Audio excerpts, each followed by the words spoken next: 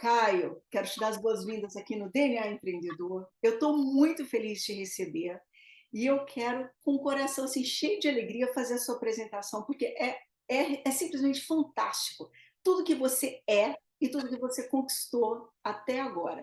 Você é realmente um caso de sucesso, você é um empreendedor que trabalha e alcançou o seu mais alto potencial.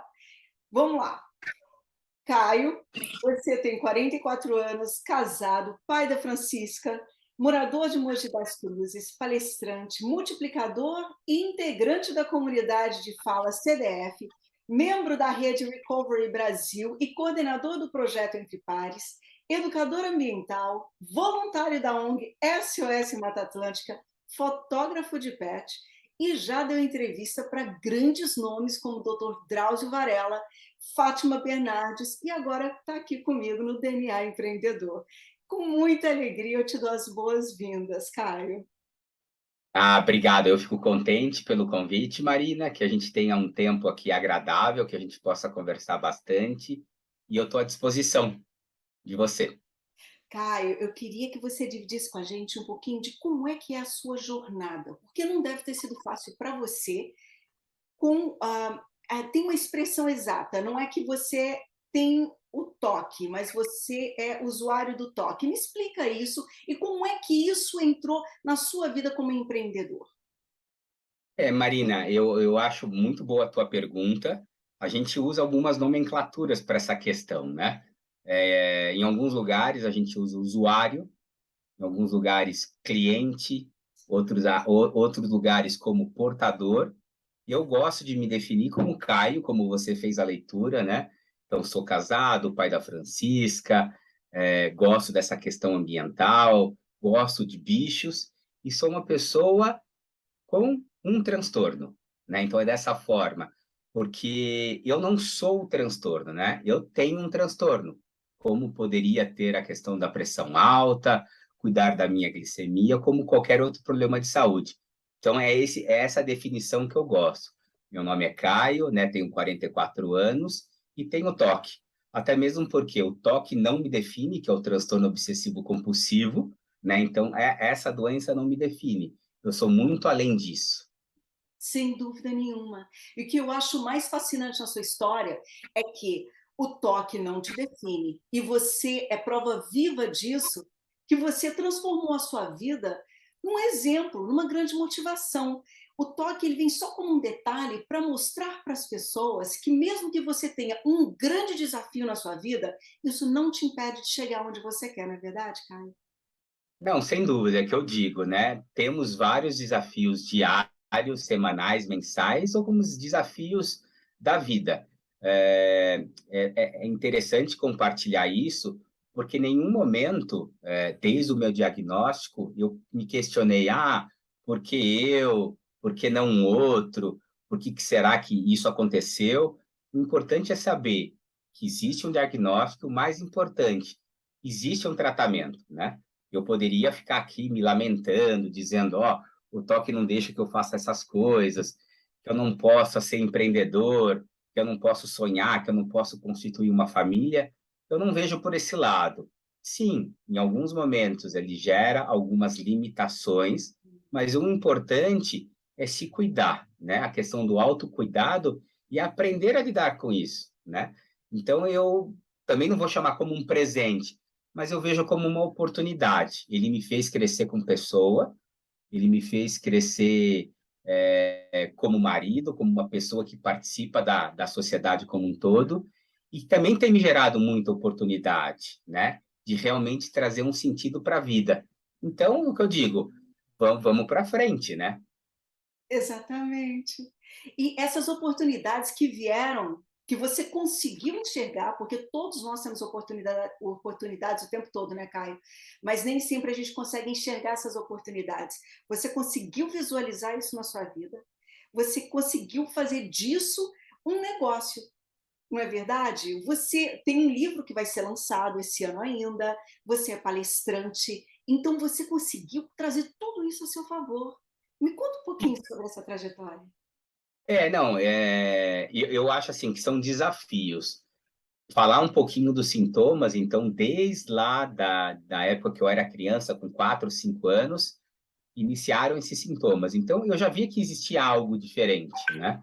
Porque é o que eu sempre falo para as pessoas. Uma coisa são os sintomas que um transtorno gera na vida de uma pessoa, mas tem características que são da minha personalidade, né?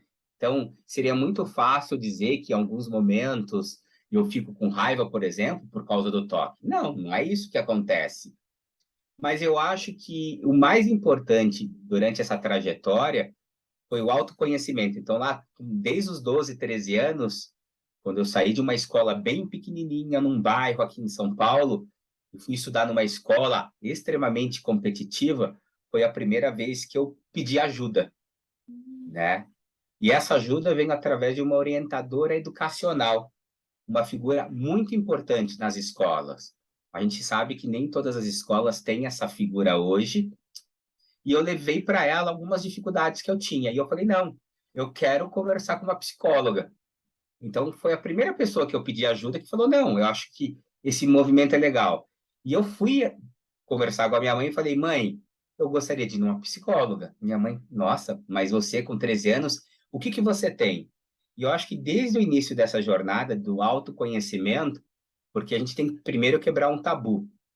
Terapia é extremamente importante, né? E como a gente se conhece com bons profissionais, existem várias linhas da psicologia, e eu estou com 44 anos. Continuo fazendo, obviamente que não por tempo ininterrupto. Troquei por algumas. Então, por exemplo, hoje eu faço a comportamental cognitiva, que é muito específica para uma pessoa que tem o diagnóstico do toque, porque me ajuda nas minhas obsessões, nas minhas compulsões e nas minhas manias, e isso é muito importante. E então essa jornada do autoconhecimento e da busca, porque eu sempre tive uma pulguinha atrás da orelha. Qual é o real sentido das coisas? Eu me envolvo em coisas que fazem sentido para mim, né? Eu participo de projetos que tragam um envolvimento, que as pessoas realmente participam.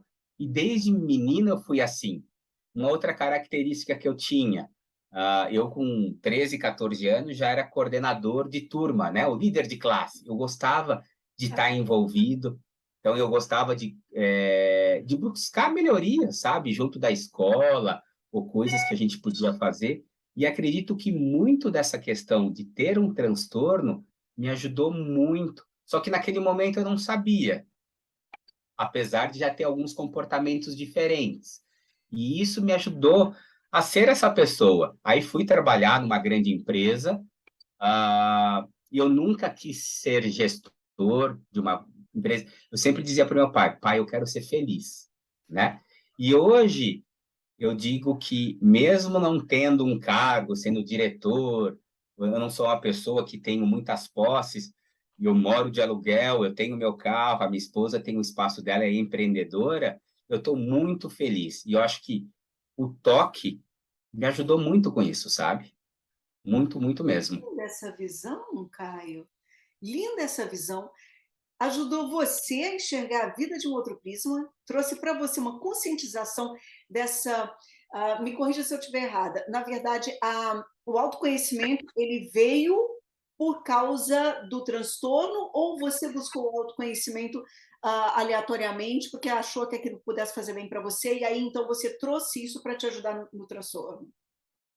Eu sempre fui muito questionador desde criança, né? Eu queria saber por que as coisas aconteciam daquela forma. Teve um momento que isso eu conto em algumas vezes, eu venho de uma educação católica, de uma escola católica, né, que eu gosto bastante, principalmente por essa questão dos valores, da ajuda ao próximo. Então, isso eu sempre gostei muito e continuo praticando isso, apesar de hoje não praticar nenhuma religião, mas eu acredito muito em Deus, no universo. E todas as religiões têm algo positivo. Então, eu fui também conhecendo um pouquinho de cada uma, e essa questão da solidariedade é uma coisa que me alimenta muito. Essa questão do autoconhecimento, eu acho que foi sempre por ser muito questionador, né? Eu questionava muito os meus professores, Eu até brinco que a minha disciplina de religião na escola, como eu estudava num colégio católico, era a minha pior nota. Jura? É, Ah, a porque você professora, questionava. a professora Angelina, eu não, eu tenho ela no Facebook, eu questionava demais ela, por que que é assim? Eu gostava muito de aprender com as metáforas, com as histórias, com as parábolas, isso me fazia refletir bastante. Então, eu acho que tinha uma coisa que era minha, Hum, natural, mas também tinha uma coisa que eu queria entender. Por que que eu tinha alguns comportamentos diferentes? Então, por exemplo, eu não gosto muito de trabalho em grupo. hum. Isso era uma coisa que, ao mesmo tempo, me ajudava, mas me dificultava. Como que você pode frequentar uma universidade e não gostar de querer participar? Hoje eu continuo estudando, então eu acabei de me formar como educador ambiental, está fazendo 2 semanas. Tá? Temas relacionados à questão da natureza, a natureza me traz uma paz muito grande. Essa relação com o meio, né? Eu não gosto muito de barulho, eu não gosto de muito trânsito, essas coisas. É por isso que eu moro numa cidadezinha perto de São Paulo. Ah, tem 400 mil habitantes, mas é uma cidade muito tranquila. Então, 5 minutinhos de carro, já estou numa estrada de terra, por exemplo, né? A verdura, o alface que eu como é produzida aqui na cidade. Então, essa questão da busca do conhecimento, hoje muito sim, porque eu trabalho com a questão de saúde mental, eu fui estudar isso para poder entender. Mas essa questão das relações. Mas acredito que o toque tenha me ajudado ou criado essa, vamos dizer, foi o isqueirinho, né? Essa chama para poder ir atrás dessa informação. E é isso que eu faço até hoje e pretendo continuar estudando até ficar velhinho. E aí, quando você começou a se conhecer nessa descoberta de si mesmo, dentro de todo esse processo que você, desde muito novinho, começou a pedir ajuda, quando é que foi que você entendeu que você poderia empreender? Que era isso que você queria? Porque no começo da nossa conversa, você citou alguma coisa que, em algum momento, você pensou: não, eu não quero trabalhar em uma empresa. Disse alguma coisa nessas linhas, né? E então, se você não queria trabalhar numa empresa, então você não tinha vontade de trabalhar para outras pessoas, porque você poderia até ser um intraempreendedor, mas talvez alguma coisa dentro de você, justamente por você já ter esse autoconhecimento, falou mais alto e você pensou com você mesmo, não, então peraí, eu quero empreender, eu quero fazer por mim mesmo, eu quero criar meu próprio negócio. Quando é que você teve esse clique? O meu clique foi num momento não muito legal. Então, eu lembro, meu pai era um executivo de banco, né? Eu gostava da maneira que ele se vestia, que ele se portava. E meu pai, ele trabalhou até os 65 anos de idade. E no momento que ele se aposentou, não deu nem 6 meses, o papai teve um AVC, Nossa. né? E nesse AVC, foi um AVC isquêmico, ele foi gravíssimo. E meu pai, da noite para o dia, ele ficou acamado durante uma semana e faleceu. Aquilo me acendeu uma chavinha. Eu falava assim: nossa, meu pai se dedicou a vida inteira para o trabalho, para cuidar dos filhos. Então, 4 filhos, todos formados, 3 casados, só minha irmã mais nova é solteira. E assim, deu uma estabilidade para a gente, né? Então, a gente tinha onde morar, a gente tinha uma casa na praia, a gente tinha condições que a maioria das pessoas, infelizmente, aqui no Brasil não tem. E aí eu ficava pensando, eu falava, meu, será que todo esse esforço valeu a pena? Porque ele talvez ele chegou no melhor momento da vida dele para usufruir. Então, meu pai era um cara muito família e muito trabalho. Ele se preocupava muito com, principalmente com os filhos, com os netos. E meu pai é um cara que nunca viajou para fora, por exemplo. Ele gostava de ir para a praia onde ele recarregava as energias.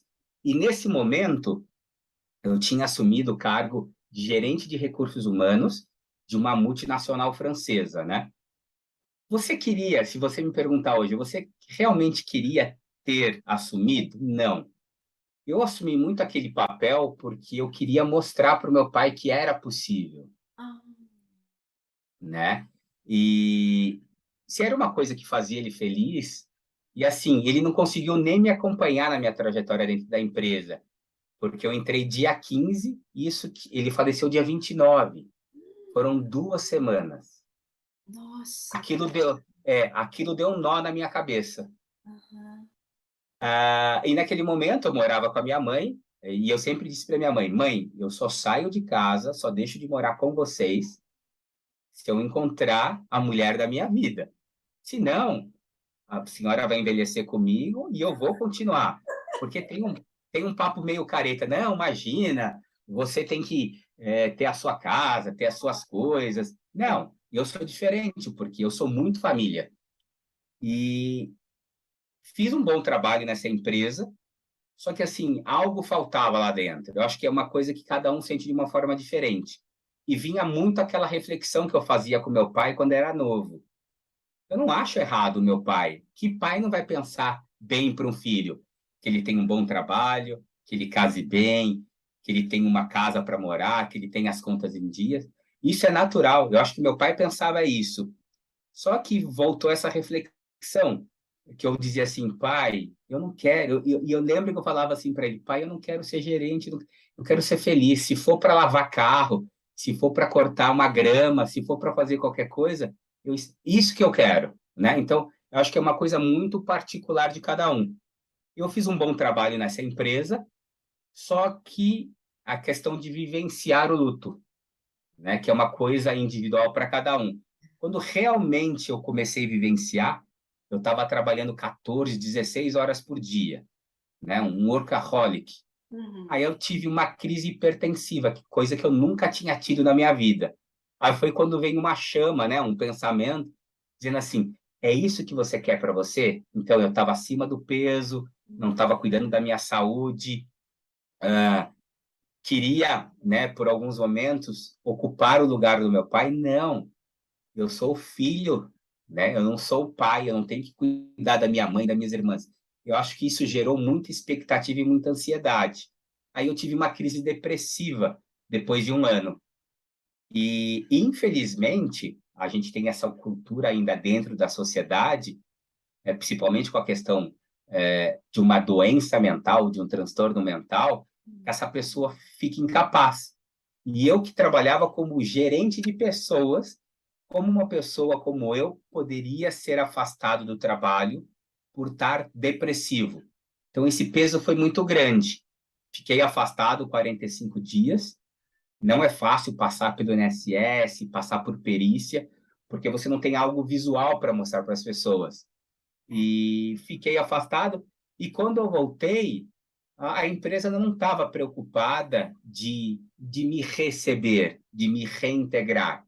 Como que eu vou reintegrar uma pessoa, um gerente que vem de uma depressão, que está tomando medicamento, que não está bem?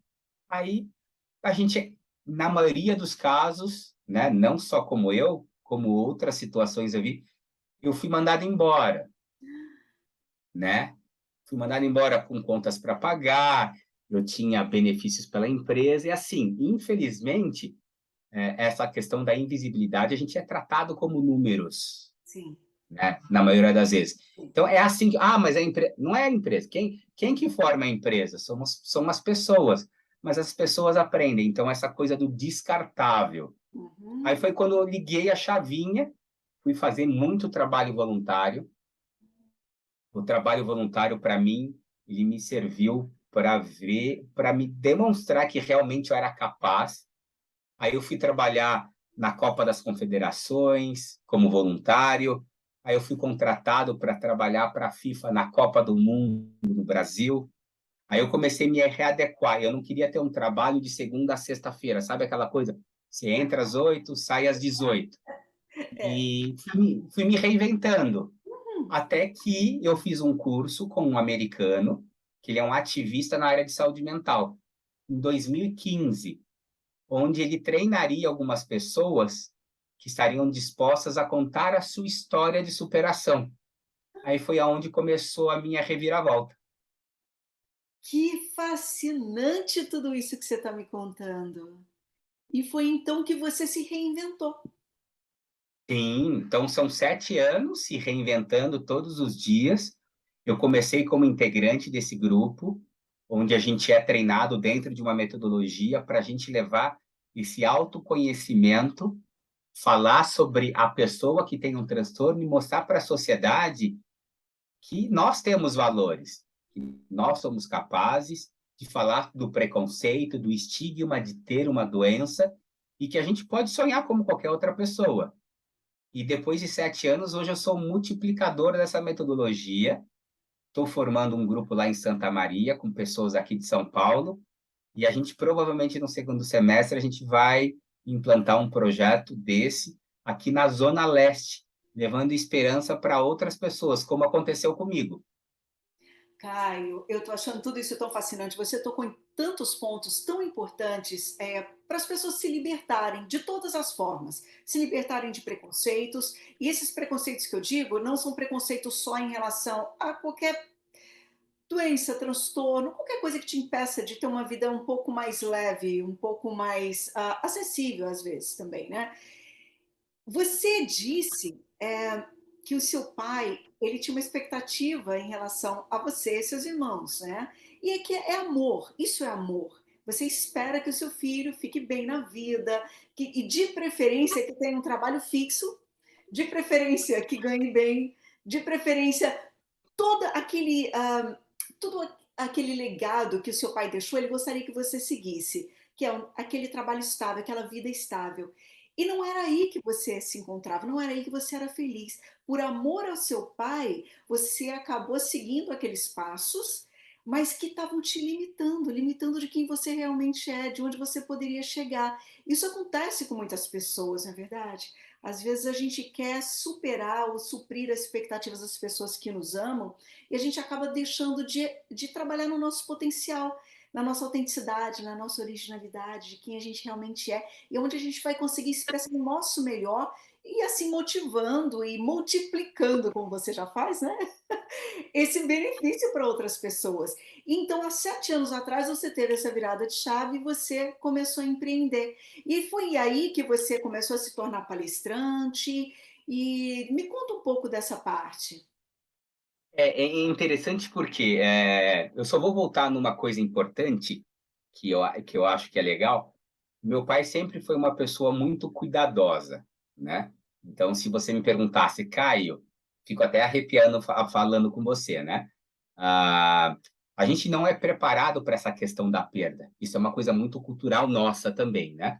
É. Não que a gente tenha que focar nisso, mas eu percebo que trabalhando com saúde mental, o trauma, imagina a gente que passou por uma pandemia, Hum, né? E a gente ainda está se reinventando de uma coisa inesperada, que foi o que aconteceu. O envelhecimento faz parte, a gente sabe que a gente vai perder, né, pela normalidade, as pessoas mais velhas. E ter sido, né, eu até falo assim, foi subtraído de uma forma muito rápida. E eu era uma pessoa que todos os dias me comunicava com meu pai, né? Eu, quando entrei nesse emprego, eu morava ainda com eles, e eu me lembro que eu falei com meu pai às 10 horas da noite. E aquela noite eu não consegui dormir, né? Porque a gente tinha uma conexão tão grande, eu sabia que alguma pessoa próxima, né? A princípio eu pensei que seria eu a pessoa, mas eu sabia que alguma pessoa próxima morreria. Para você ver de tão grande a conexão que eu tinha. Eu tive que ligar para um amigo, que é meu amigo desde a adolescência, ele foi dormir comigo no apartamento porque eu estava inquieto. E isso é muito ruim, né? Porque não existe aquela despedida, né? E isso que mexeu, né? Então, uma coisa que eu sempre falo nas minhas apresentações, porque nem sempre a família entende, mas ele tem um diagnóstico, ou eu não aceito o diagnóstico. Então, o meu trabalho hoje, através da CDF, eu sempre gostei de estar à frente, de falar. Só que eu não sabia, né? O meu desejo era ser professor, hum. mas eu nunca tive vontade de estudar, né? Fazer, apesar de ser bacharel em administração, ter dado aula sobre algumas coisas, essa coisa de ser professor, eu nunca levei para frente. E esse treinamento essa pessoa que tem um transtorno que chama Richard, ele é americano, né? Fica até o convite para você conhecê-lo depois, porque ele é uma pessoa magnífica, ele mora em Connecticut, né? namorado. Ah, é aí, olha. Olha que Ele, coincidência. ele tem uma história muito legal, muito parecida, né? Ele vem morar no Brasil, de uma família judaica. É muito bacana, eu me espelho muito nele. Está com 74, 75 anos. Ele é meu ele é meu guru, né?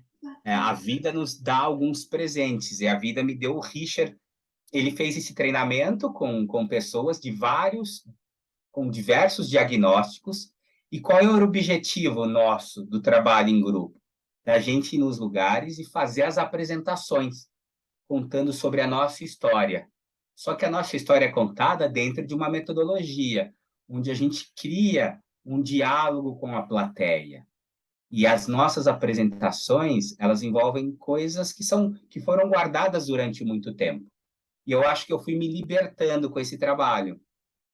E o trabalho, a gente vê o resultado, primeiramente, por essas pessoas que fazem parte. Então, se você entrevistá-las e ver a mudança de vida que elas tiveram, e eu não estou falando de questão financeira, mas de questão de pessoa, Uhum, né? De se uhum. enxergar, de mudanças positivas. E principalmente levar esperança, porque a doença mental está muito mais próxima. A pandemia nos mostrou isso. Então, a gente fez muitas lives, a gente tem os grupos de apoio, e poder levar esperança, compartilhando a nossa história, a gente sempre fala, a gente não gosta de ser exemplo, né? Porque a minha história, a história do João, do José, da Vera, que são pessoas que participam com a gente. Mas a gente poder levar esse pouquinho de esperança e mostrar que é possível, sim. Então, foram pessoas que acreditaram no nosso potencial. Então, depois de 7 anos, eu estou aqui sendo responsável por levar essa metodologia para outras pessoas. Como daqui a alguns anos vão ser outras pessoas que vão estar no meu lugar. E eu vou estar nessa jornada e me redescobrir, né? Então, hoje, essas apresentações trazem muito mais do que um sentido para mim. Nossa, eu te confesso que eu estou sem palavras, porque você está me contando, está me trazendo tanto material precioso. Minha cabeça fica borbulhando de vontade de fazer 1 milhão de perguntas, mas ao mesmo tempo fica difícil de selecionar qual seria melhor. Deixa eu voltar um pouquinho em relação à sua esposa. Ela também é empreendedora, né? A minha esposa foi. E olha que interessante. Caio, você mudaria alguma coisa na sua história? Ahn, eu acho que mudar não, porque hoje as coisas fazem sentido. Eu vim trabalhar nessa empresa, foi onde eu conheci a minha esposa. Olha só, a E eu, conexão divina. é o que eu falo para ela. Se eu tivesse que passar por tudo isso de novo para te conhecer, eu passaria, Que lindo. né? Então eu vim trabalhar, ela, ela tinha um outro relacionamento na época, eu namorava. Eu contratei ela para trabalhar na minha equipe, na área de RH. E eu me lembro que durante a entrevista, a minha diretora estava participando, era uma vaga que a gente precisava repor com um pouco de urgência. E eu falei assim: eu não quero essa candidata. Aí a minha diretora falou: não, eu gostei muito dela. Eu falei: não, mas eu fiz uma pergunta e ela falou que não, eu não gostei dessa pergunta. Ela falou: não, vamos. Resumindo, a gente trabalhou durante um ano juntos, ela acabou se separando, né?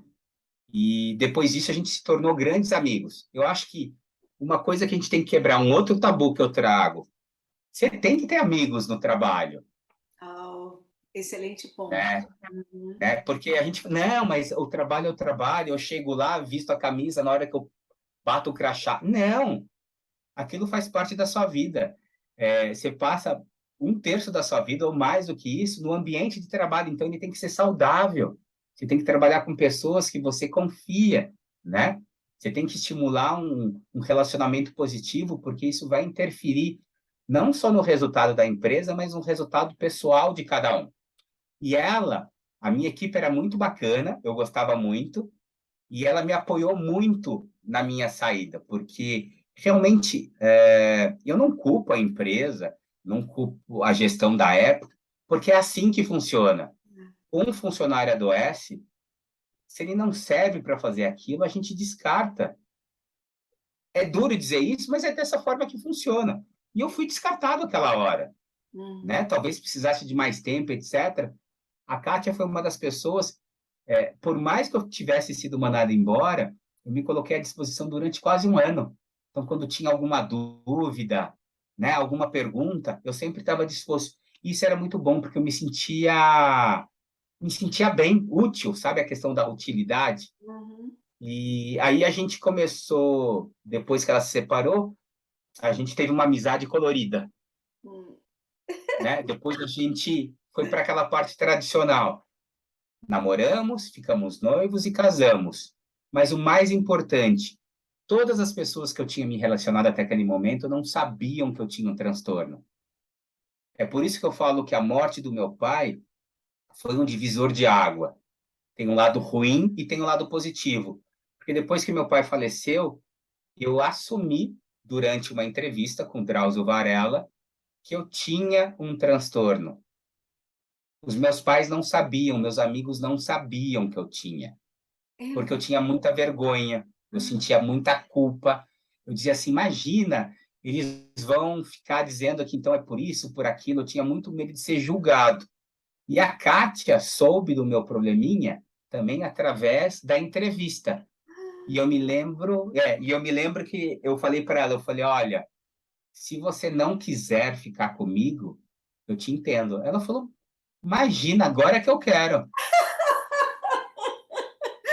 Gente, que lindo isso! Resumindo, a gente vai fazer 6 anos de casado, 11 anos juntos, né? E a Kátia, eu acho que passou pelo mesmo processo. A vida nos encaminha, nos direciona para pessoas que pensam parecido com a gente. A Kátia é uma mulher fantástica, de um coração enorme. Ela é leonina, né? Geralmente as leoninas não são fáceis, né? Eu brinco, elas são obsessivas, ciumentas, né? Mas a Kátia primeiro, ela é uma pessoa formidável. Ela tem um coração maravilhoso. E a Kátia passou um pouco. Eu acho que ela também se dedicou muito aos trabalhos. Uma pessoa extremamente capaz. E a gente acabou se envolvendo com uma atividade aqui na cidade de passear com cães.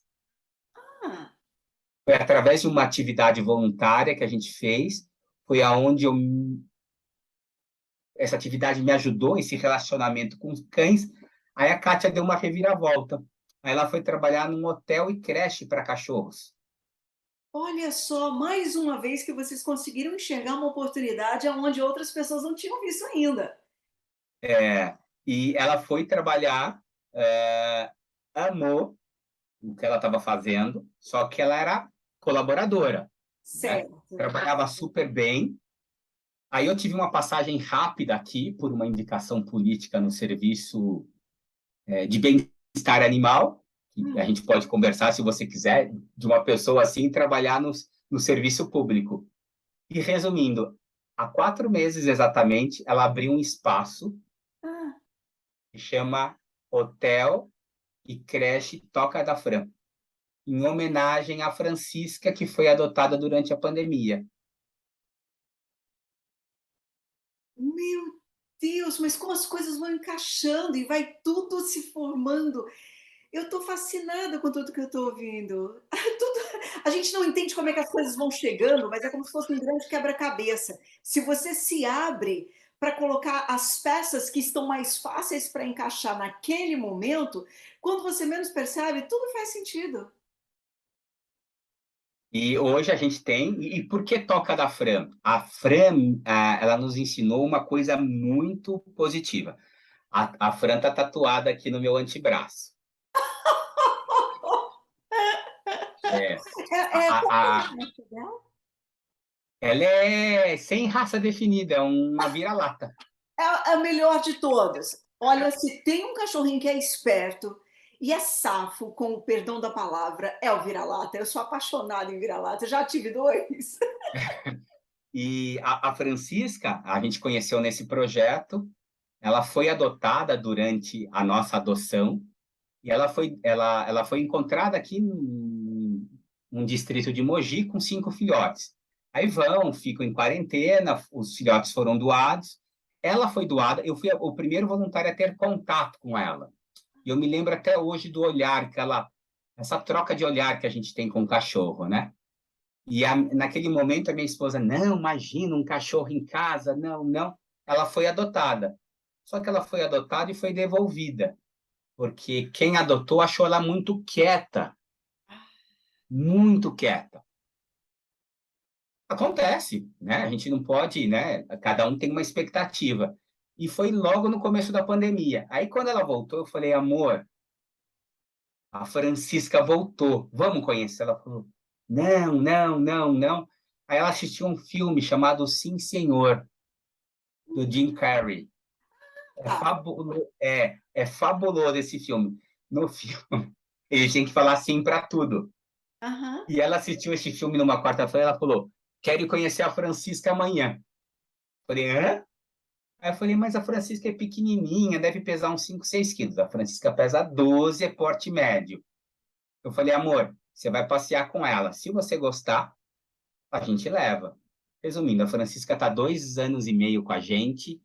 Ela nos ensina todos os dias.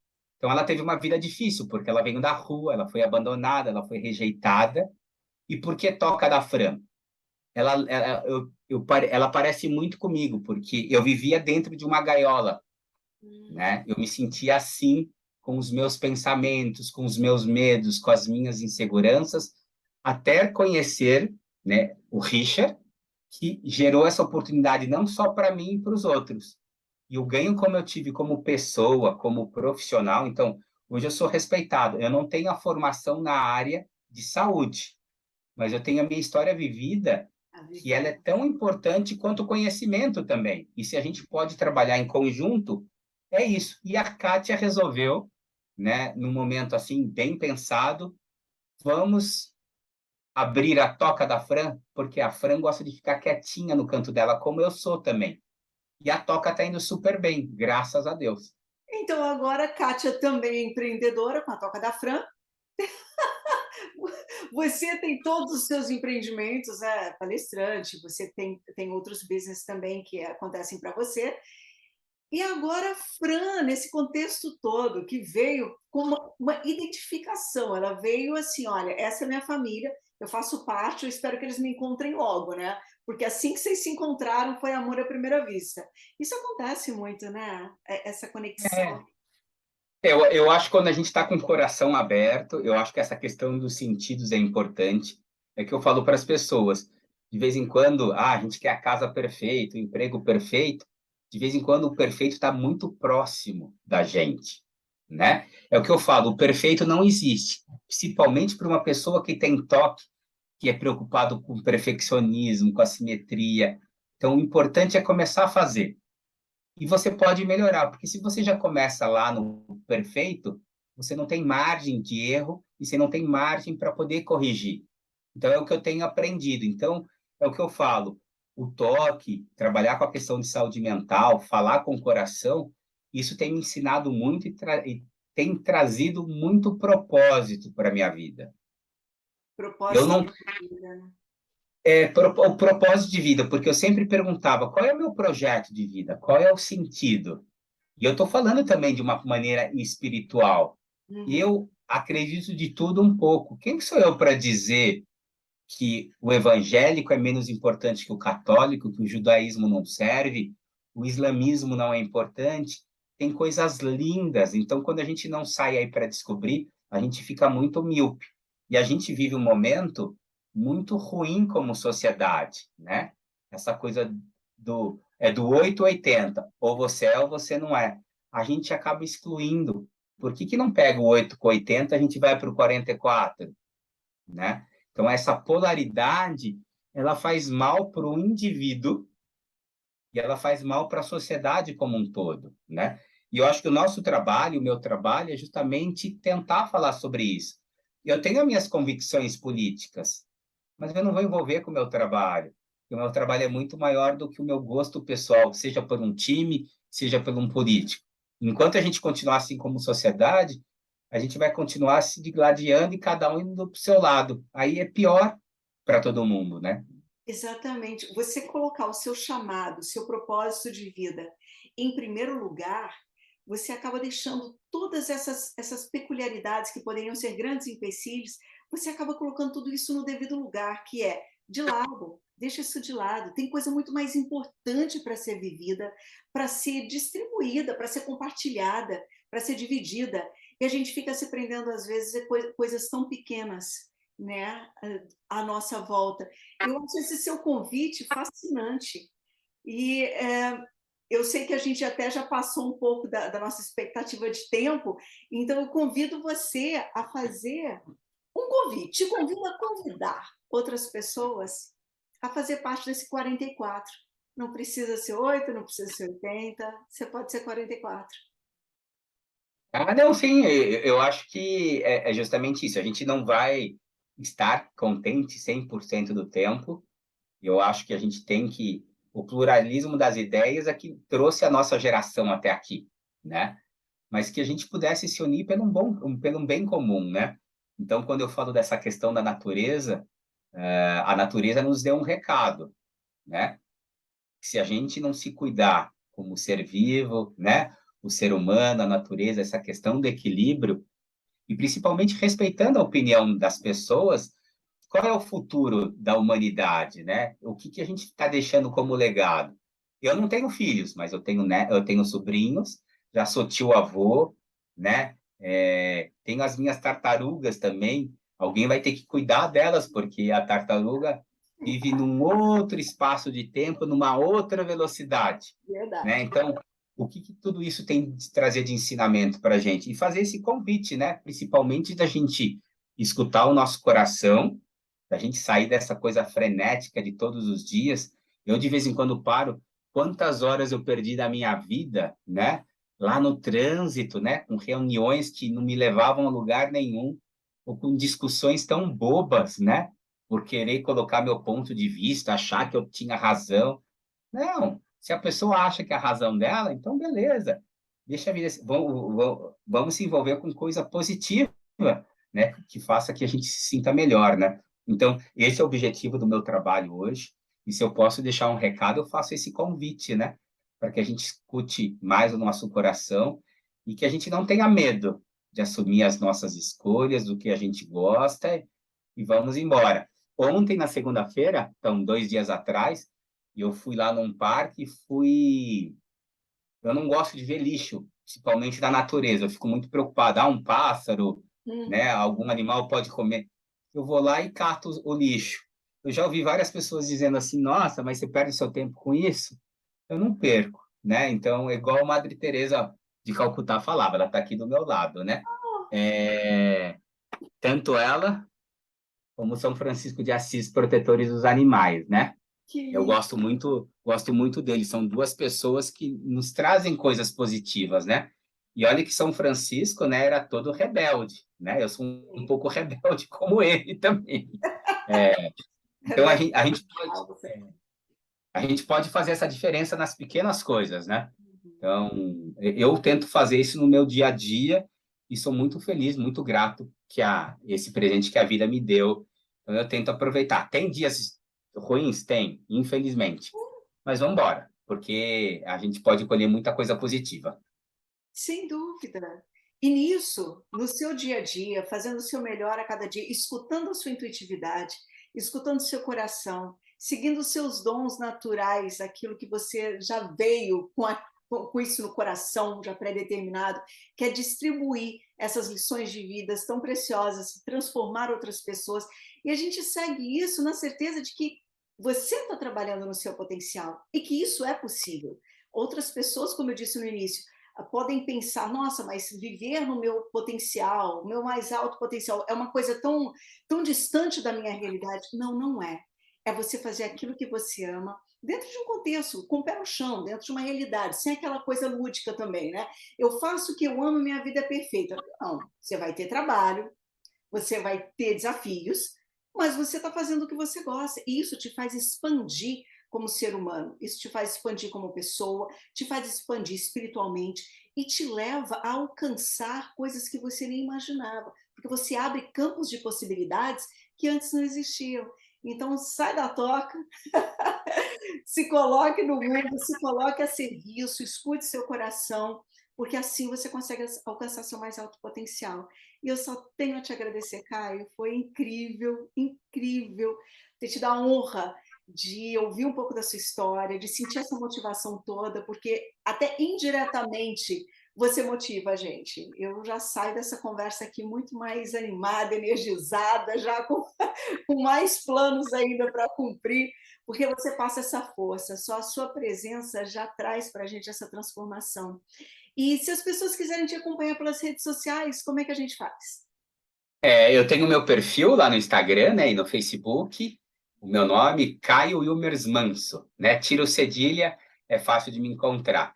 Eu ainda estou, como a questão do empreendedorismo, eu estou ainda vendo essa questão de perfil, que vai ter o lançamento do livro mais para frente, e outros projetos que eu faço, mas pode entrar em contato que eu direciono, publico algumas coisas, eventualmente, no meu perfil, e que vocês possam também perguntar, compartilhar sobre o trabalho e agradecer muito a Marina pela oportunidade. Eu acho que essa oportunidade é ímpar, importante, e principalmente falar, né? Porque quando a gente fala da questão do empreendedorismo, eu até estava me gerando umas dúvidas. Nossa, o que será sucesso, né? Porque a gente liga muito o sucesso com a questão do dinheiro, né? Sim, o dinheiro é importante, ele Uhum. ajuda muitas coisas, mas você fazer algo que mexe você, que te tira do lugar, que te traz sentido, isso também, né? Talvez a minha questão seja mais esse empreendedorismo social, né? Dando oportunidade, dando voz para essas pessoas. Isso é uma mudança extremamente significativa. Então, agradecer mais uma vez o convite. Estou aqui abertos para parcerias, para conversar com vocês e agradecer por esse tempo gostoso que a gente teve aqui. Gratidão. Muito obrigada, Caio. E eu espero ter um update dessa conversa nossa em breve. Você contar mais novidades e voltar para o lançamento do seu livro. Com certeza, obrigado. Obrigado mesmo. Eu que agradeço, Caio.